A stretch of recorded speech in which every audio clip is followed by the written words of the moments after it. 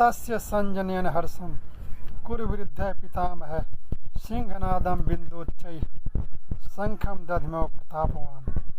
कौरवों में वृद्ध बड़े प्रतापी पितामह भीष्म ने उस दुर्योधन के हृदय में हर्ष उत्पन्न करते हुए उच्च स्वर से सिंह की दहाड़ के समान गरज कर शंख बजाया। ततः शंखास्य भैर्यस्य पड़वानक गोमुखा सहसैवाभ्यहन्यंत से शब्दस्तमूलो भवेत्। इसके पश्चात शंख और नगारे तथा ढोल, मृदंग और नरसिंघे आदि बाजे एक साथ ही बज उठे। उनका वह शब्द बड़ा भयंकर हुआ। ततः स्वतैर हयर युक्ते मातिस्य नंदने स्थितो मार्धव पांडवाश्चैव दिव्यो शंखो प्रदब्धमतु। इसके अनंतर सफ़ेद घोड़ों से युक्त उत्तम रथ में बैठे हुए श्री कृष्ण महाराज और अर्जुन ने भी अलौकिक शंख बजाए।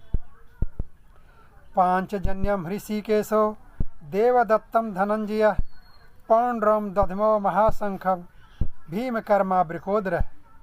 श्री कृष्ण महाराज ने पांचजन्य नामक, अर्जुन ने देवदत्त नामक और भयानक कर्म वाले भीमसेन ने पौंड्र नामक महाशंख बजाया। अनंत विजयम राजा कुंती पुत्रो युधिष्ठिर नकुल सहदेवश सुघोष मणिपुष्पको। कुंती पुत्र राजा युधिष्ठिर ने अनंत विजय नामक और नकुल तथा सहदेव ने सुघोष और मणिपुष्पक नामक शंख बजाए। काशीयश्च परमेश्वास शिखंडी च महारथ धृष्टद्युम्नो विराटश्च सात्यकिश्च पराजितः। द्रुपदो द्रौपदेयाश्च सर्वश पृथ्वीपते सौभद्रश्च महाबाहु शंखान दध्मु पृथक पृथक। श्रेष्ठ धनुष वाले काशीराज और महारथी शिखंडी एवं धृष्टद्युम्न तथा राजा विराट और अजेय सात्यकी, राजा द्रुपद एवं द्रौपदी के पांचों पुत्र और बड़ी भुजा वाले सुभद्रा पुत्र अभिमन्यु, इन सभी ने हे राजन सब ओर से अलग अलग शंख बजाए। स घोषो धार्तराष्ट्राणाम हृदयानि व्याधारयत नभस्य पृथ्वीं चैव तुमुलो व्यनुनादयन।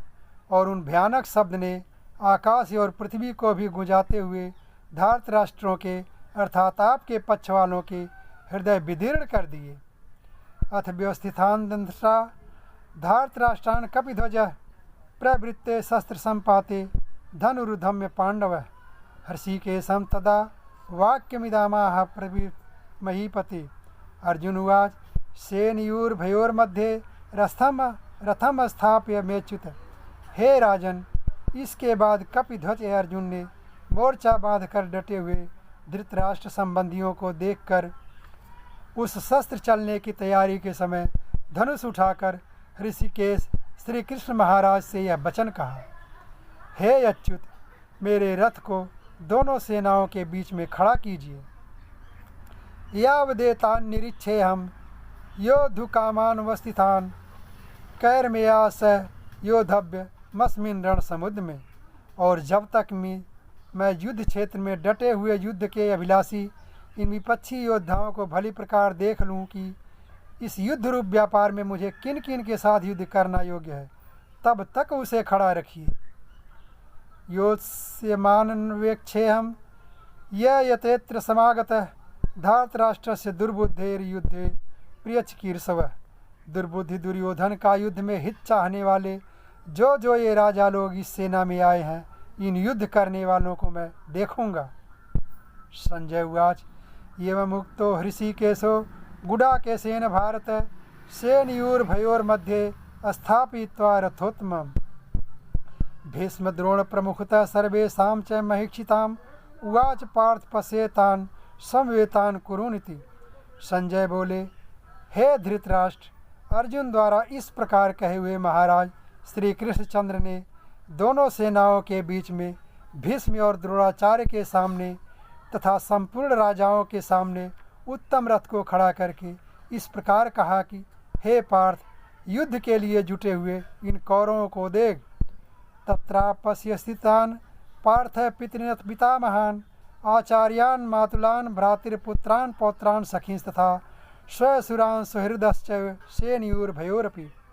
इसके बाद प्रथापुत्री अर्जुन ने उन दोनों ही सेनाओं में स्थित ताऊ चाचों को, दादों परदादों को, गुरुओं को, मामाओं को, भाइयों को, पुत्रों को, पौत्रों को तथा मित्रों को, ससुरों को और सुहृदों को भी देखा।